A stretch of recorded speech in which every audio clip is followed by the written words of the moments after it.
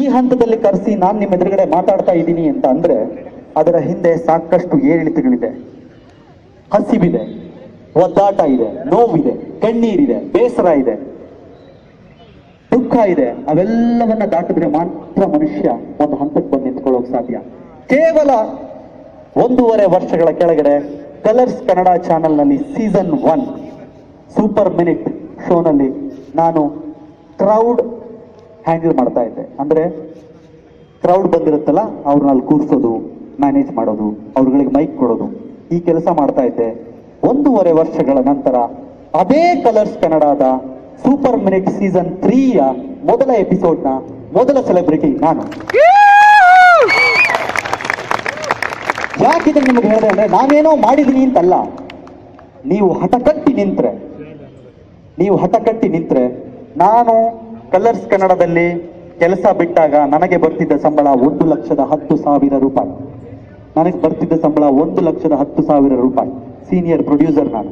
ಯಾಕೆ ಕೆಲಸ ಬಿಟ್ಟೆ? ನನಗೆ ಕೆಲಸ ಕೊಡ್ತಿಲ್ಲ ಅಂತ ಕೆಲಸ ಬಿಟ್ಟೆ.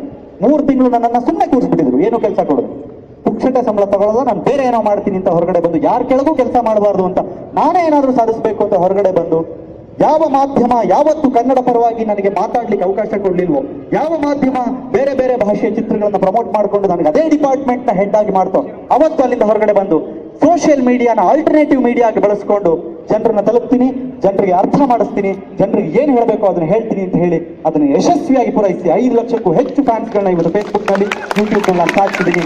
ನಾನು ಇದನ್ನ ಯಾಕೆ ಹೇಳ್ತಾ ಇದ್ದೀನಿ ಅಂದ್ರೆ, ನಿಮ್ಮ ಜೊತೆಗೂ ಸೋಷಿಯಲ್ ನೆಟ್ವರ್ಕ್ ಇದೆ, ನಿಮ್ಮ ಮೊಬೈಲ್ ನಲ್ಲೂ ಸೋಷಿಯಲ್ ನೆಟ್ವರ್ಕ್ ಇದೆ, ನಿಮ್ಮ ಹತ್ರನೂ ಫೇಸ್ಬುಕ್ ಇದೆ, ನಿಮ್ಮ ಹತ್ರನೂ ಟ್ವಿಟರ್ ಇದೆ, ನಿಮ್ಮ ಹತ್ರನೂ ಇನ್ಸ್ಟಾಗ್ರಾಮ್ ಇದೆ. ಅದನ್ನೊಂದು ಒಳ್ಳೆ ಕೆಲಸಗಳಿಗೆ ಉಪಯೋಗಿಸಿ. ಸೆಲ್ಫಿ, ಸೆಲೆಬ್ರಿಟಿಗಳ ಜೊತೆಗಿನ ಸೆಲ್ಫಿ ಅದಕ್ಕಷ್ಟೇ ಸೀಮಿತ ಆಗದೇನೆ ಈ ಸಮಾಜದ ಆಗು ಹೋಗುಗಳಿಗೆ, ಈ ಸಮಾಜದ ಒಳ್ಳೇದು ಕೆಟ್ಟದುಗಳಿಗೆ ನಿಮಗೆ ಇಷ್ಟು ಅದ್ಭುತವಾದ ಎಜುಕೇಶನ್ ಕೊಡಿಸುವ ಅಪ್ಪ ಅಮ್ಮ ಇದ್ದಾರೆ.